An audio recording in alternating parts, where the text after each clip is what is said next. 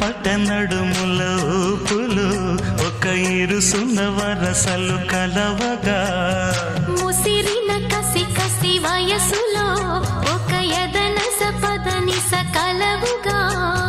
కాదంటూనే కలబడు అది లేదంటూనే ముడిపడు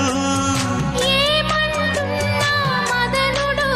తెగ ప్రేమించాక వదలడు చూస్తా సొగసు కోస్తా వయసు నిలబడు కౌగిట అబ్బని తీయని దెబ్బ ఎంత కమ్మగా ఉంది రోయప్ప